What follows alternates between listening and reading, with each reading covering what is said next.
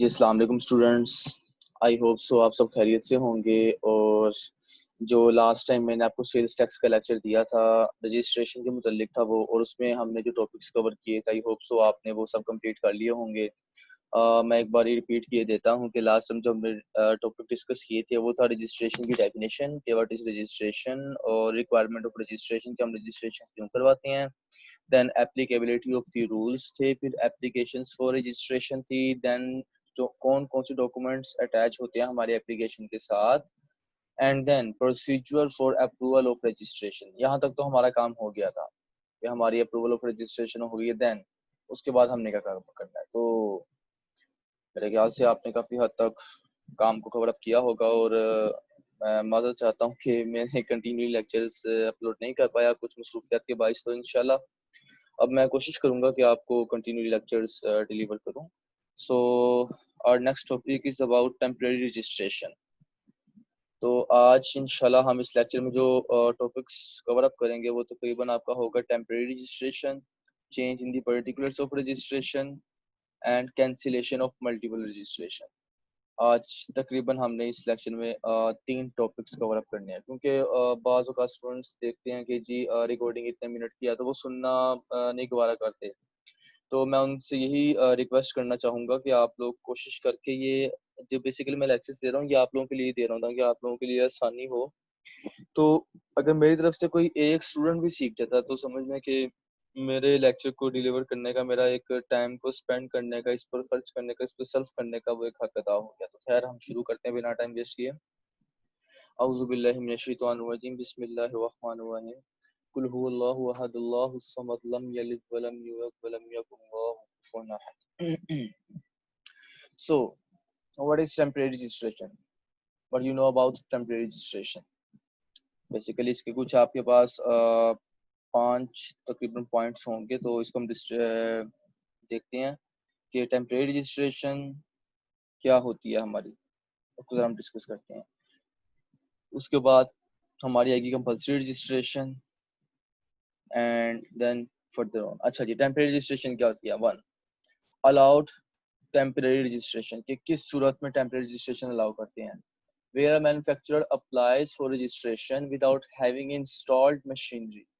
Temporary registration as manufacturer shall be allowed within 72 hours to him for a period of 60 days, subject to furnishing of the complete list of machinery to be imported along with import documents. और कहते हैं जिस वक्त एक manufacturer registration के लिए apply करता है विदाउट हैविंग इंस्टॉल्ड मशीनरी, कि अभी तक उसने कोई मशीन इंस्टॉल नहीं की होती लेकिन वो रजिस्ट्रेशन के लिए अप्लाई कर देते, तो विद इन 72 आवर्स उसको 60 डेज के लिए रजिस्ट्रेशन में एंटर किया जाता है, जो उसको उसके साथ कंप्लीट लिस्ट लगानी पड़ती है उस मशीनरी की जो उसने इंपोर्ट की होती है, उसके डॉक्यूमेंट्स जो किसी दूसरे मुल्क से, किसी कंट्री से आपने इंपोर्ट की हो। अच्छा, उसके बाद second one is that allow to import goods. इसको अलाउ होता है इंपोर्ट गुड्स करना। After temporary registration, the person is allowed to import machinery, raw materials, etc. as a manufacturer, but he will submit a post-dated check equal to the difference in duties and taxes to be availed as a manufacturer, e.g., 3% value addition tax, which is payable by a commercial exporter. अब basically है क्या कि temporary registration होने के बाद एक manufacturer को as a manufacturer उस पर्सन को इजाज़त मिल जाती है, अलाउ हो जाता है कि वो मशीनरी और रॉ मटेरियल को इंपोर्ट कर सके, और उसको पोस्ट डेटेड चेक को देना पड़ता है जो कि difference in duties and taxes की डेटेड में डिफरेंस का बायस होता है। लाइक उन्होंने यहाँ पर आपको एक मिसाल दिया कि जी 3% वैल्यू एडिशन टैक्स जिस payable by commercial exporter, sorry importer.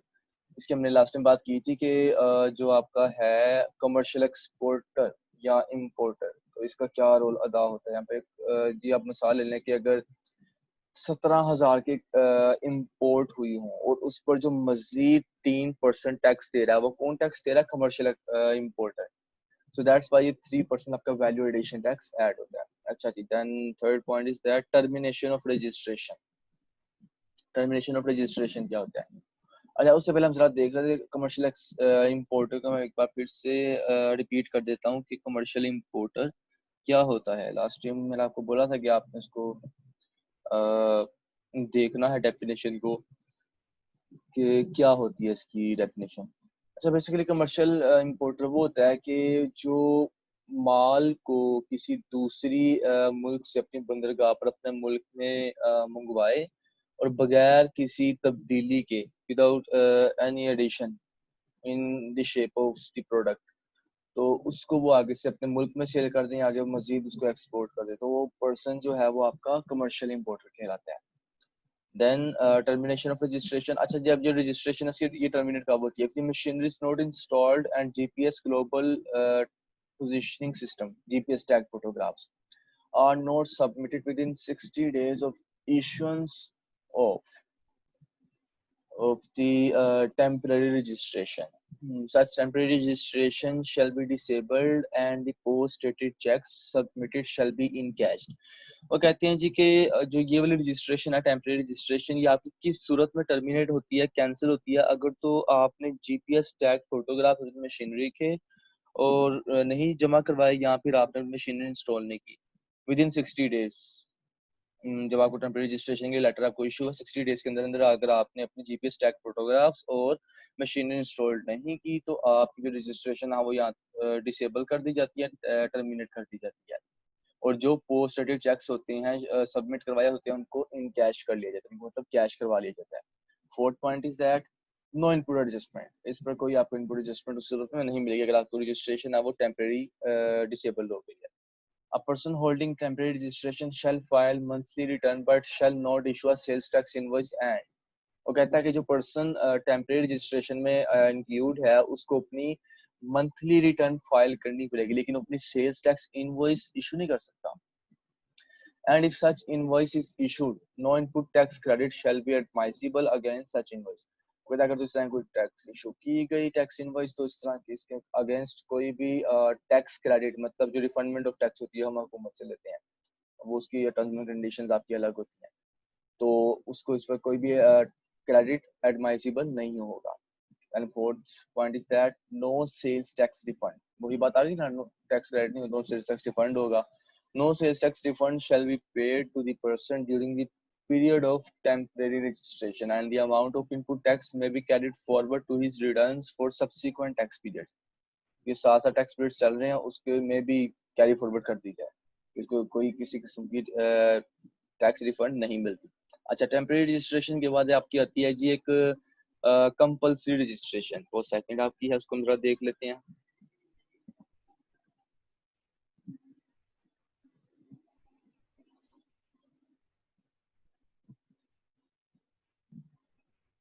अच्छा जी, कंपल्सरी रजिस्ट्रेशन आपकी respond the notice.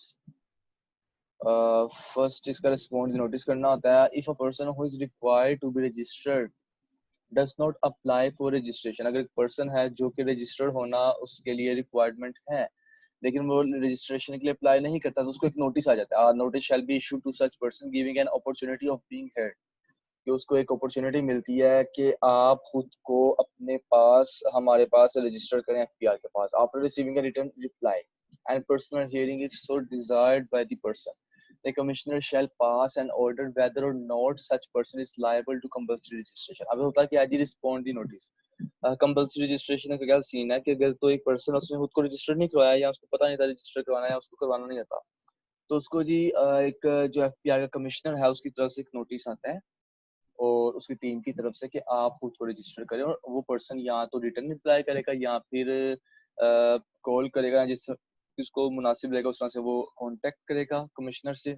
Then commissioner एक ऑर्डर पास करेगा कि ये पर्सन कंपल्सरी रजिस्ट्रेशन के लिए लाइबल है या नहीं है। Then does not respond notice. अच्छा, अगर तो रिस्पॉन्ड नोटिस का रिस्पॉन्ड दे दिया है तो ऊपर ट्रीटमेंट होगा। अगर नोटिस का रिस्पॉन्ड नहीं दिया तो निचला ट्रीटमेंट क्या होगा? Where the person does not respond within the time specified in notice. अच्छा, नोटिस के लिए टाइम पीरियड लिखा होता है कि इसकी डेट जो है नोटिस की वो इतनी इस तारीख तक इस डेट तक आपने मतलब आपने नोटिफाई करना, हमें आपने रिप्लाई करना है।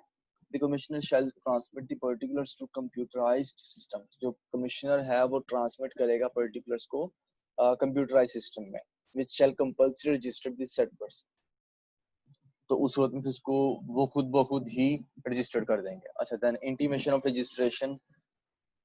समझ इंटीमेशन जो होती है रजिस्ट्रेशन की, जो आगाज कर होते हैं, सारे डॉक्यूमेंट्स वगैरह सारी चीजें उसको shall be send to the person through courier service, उसको कुरियर सर्विस के जरिए सेंड कर दी जाती है। Then comply with all provisions, अब उसको तमाम किस्म जो प्रोविजंस है वो कंप्लाई हो रही होती है। अच्छा जी, इसका क्या है? A compulsory registered person is required to comply with all the provisions. In the case of failure to do so, the commissioner may issue notice for production of records and appearance in person to assess the amount of sales tax payable and take any other legal action against such person. वो कहते हैं अगर जो comply with all provisions, अगर जो इस पर तमाम provisions जो हैं वो कर रही हैं लेकिन वो उसके अकॉर्डिंगली रिप्लाई नहीं करता, तो उस सूरत में जो कमिश्नर है वो उसके अगेंस्ट क्या क्या एक्शंस ले सकता है, वो सारे उन्होंने लीगल एक्शंस के बारे में यहाँ पर बात की है कि उस पर ये सारे प्रोविजंस अप्लाई होंगे। Then wrongly registered, if it is a subsequent established that a person was not liable to be registered but was wrongly registered, कि एक पर्सन रजिस्टर्ड तो नहीं होना चाहिए था लेकिन उसको रॉन्गली रजिस्टर्ड कर दी, गलती से उसको रजिस्टर कर दिया, या तो कंप्यूटराइज फेलियर था या फिर कुछ भी मसला था, तो computerise system shall on the recommendation of the commissioner cancel such registration and such person shall not be liable to pay any tax, default, surcharge or penalty. अगर तो गलती से एक पर्सन रजिस्टर्ड हो गया तो फिर उसको कमिश्नर की रिक्वेस्ट पर जो कंप्यूटराइज सिस्टम है उसकी रजिस्ट्रेशन को कैंसिल कर देगा, और इस सूरत में उस पर किसी भी किस्म का कोई भी टैक्स लायबल नहीं होगा जो उसने पे करना होगा, या कोई डिफॉल्ट सरचार्ज नहीं होगा, या भी कोई पेनल्टी या फाइन वगैरह उसको नहीं पड़ेगा। तो ये था जी आपका टेम्परेरी रजिस्ट्रेशन और कंपल्सरी रजिस्ट्रेशन का फर्क। What is the difference between temporary registration and compulsory registration. Then उसके बाद जी हम बात करेंगे change in the particulars of registration. अगर एक पर्सन है वो अपने रजिस्ट्रेशन में कुछ चेंजेस करवाना चाहता है तो उस सूरत में उसको क्या क्या स्टेप्स लेने पड़ेंगे, क्या क्या उसको सरंजाम देनी पड़ेंगी चीज़ों को। अच्छा जी, वो देखते हैं हम। तो आपके पास ये हेडिंग शो हो रही है, change in the particulars of registration.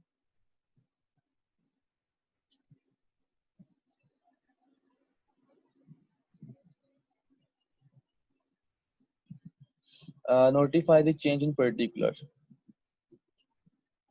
In case there is a change in the name, address, or other particulars stated in the registration certificate, the registered person shall notify the change in the form STR1 to the computerized system within 14 days of such change. I hope so आपको STR1 का याद होगा, ये क्या होता है जी? Sales tax registration 1, और RTO क्या था जी आपका? Regional tax office.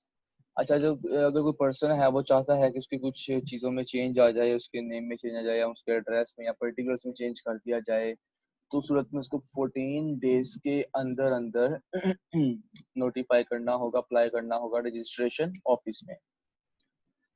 देन उसके बाद